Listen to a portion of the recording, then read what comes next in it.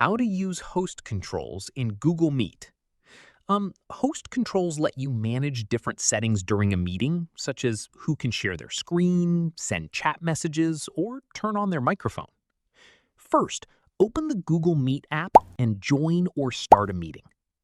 Once you're inside the meeting, tap the three-dot menu at the bottom. Tap Settings.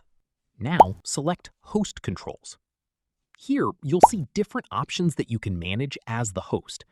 For example, you can control whether participants can share their screen, send chat messages, or turn on their microphone.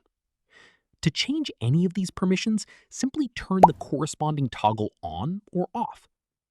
You can also use the host controls to manage other meeting permissions and control how participants interact during the meeting. For example, if you don't want participants to send messages in the meeting chat, you can turn off the Send Chat Messages option. Once you're done, simply go back to the meeting and the changes will be applied to the participants.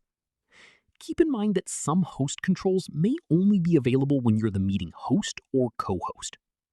And that's how you can use host controls in Google Meet. If this tutorial helped you, don't forget to like the video and subscribe for more Google Meet tips and tutorials. Thanks for watching, and I'll see you in the next one.